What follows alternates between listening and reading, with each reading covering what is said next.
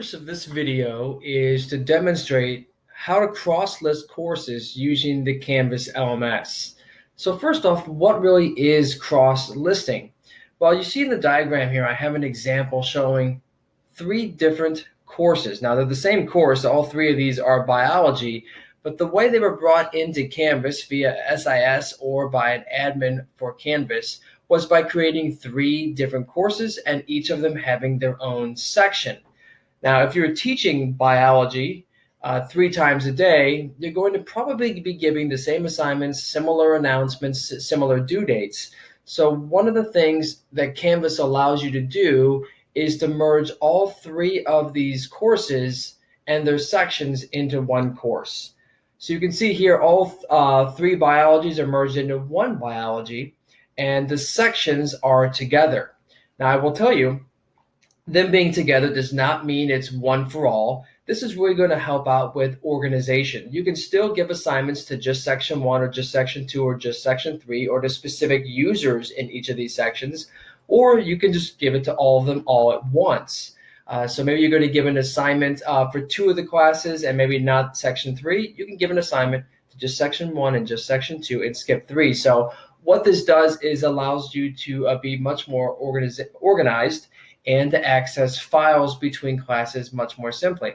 So what are some of the benefits of cross-listing?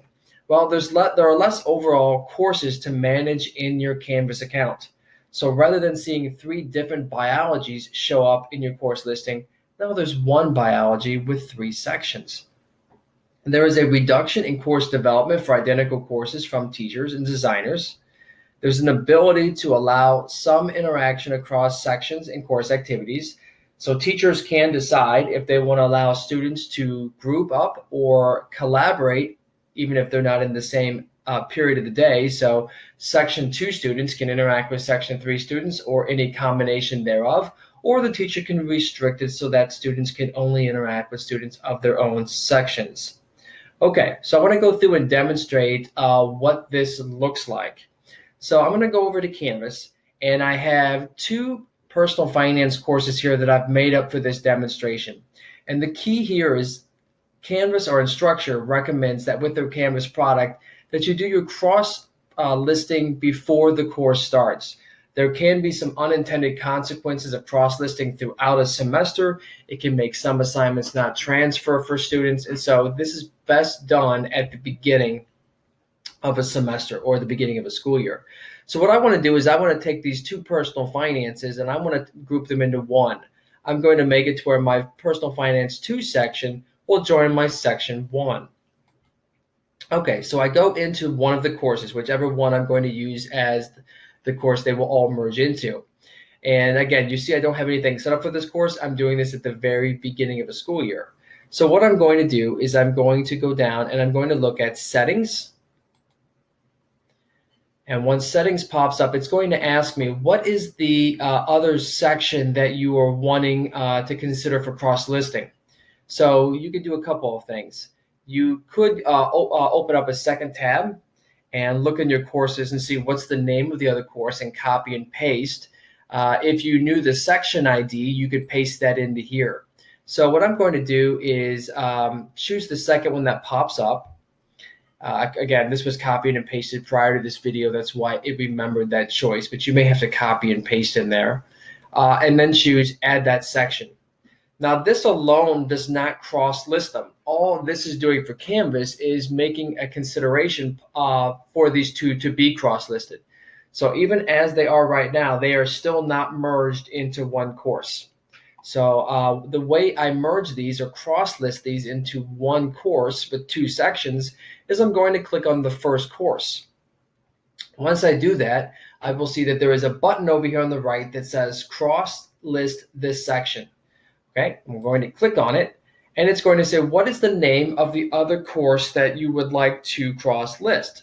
So again, it says cross-listing allows you to create a section in one account and then move it to a course on a different account. To cross-list this course, you'll need to find the course you want to move it to, which we just did, either by using the search tool or entering the course's ID. Okay, so I'm going to go in here and search for that course. And it's automatically going to pop up with the courses that are available to this teacher. So since we already added the section 2 to section 1 in the previous step, it automatically pops up those two and only those two, and that'll eliminate some confusion. Because it's possible you could have, a course being taught by multiple teachers. So I'm going to say I want section 2 to join. If you did have the course's ID here, you could enter it, but you don't have to do one or the other. You don't need to do both. And then I choose cross list this section. Okay, so there it is. It is completely finished. If I were to go out now and look at my list of courses, you will see I have up here one that says Personal Finance 2 for testing, but Personal Finance 1 for testing is no longer listed. Okay, so you have a couple of options there. How do you want to make that display? And again, this suggestion is only going to help the user. It's not going to change any settings on the school-wide server. But I can go on here and say that now these are my personal finances merged. So that I, as the teacher, have a new nickname, and I know that this is both my courses long-term. And I'll update that course name. And now if I go back to my courses, it should say, here it is down here. It's going alphabetically here. Personal finances merged. And so now they are all in one. If I go now inside my personal finances and look at the settings, I can see here under my sections, I have two of those courses, two sections available on the one course. Lastly, before I wrap up here, how do you see the two courses working together? Well, you have a couple of options. If I go to Gradebook, I can now enter grades for all of the students. Now, I don't have any students in this course, but you would normally have students populate here. But I can go in here and say, I want to create a new filter called sections.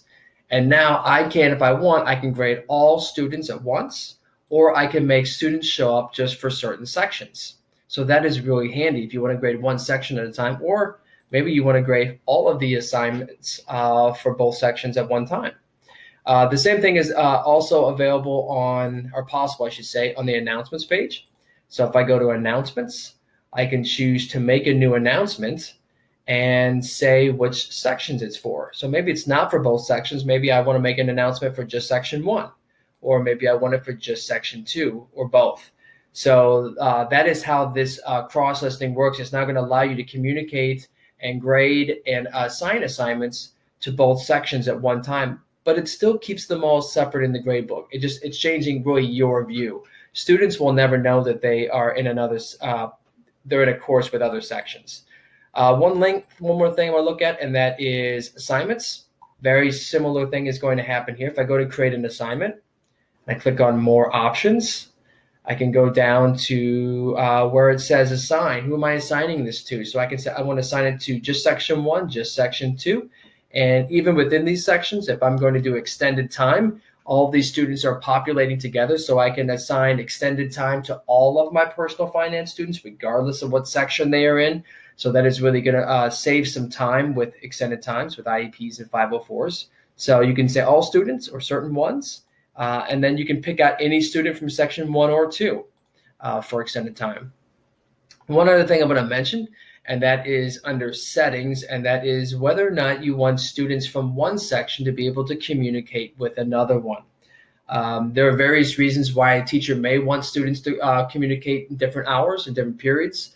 And other teachers may say, listen, I don't want my first hour interacting with my second hour finance. So you do have the option to do that. I don't see it on the free version of Canvas, but I know in the paid version of Canvas, there is an option somewhere down in here that says students can only interact with students in their own section. So you can prevent students from seeing information from other sections. If you have any other questions about cross-listing, feel free to reach out to me, young.mark@wgcloud.org, and I will try to answer those questions. Thanks for joining us.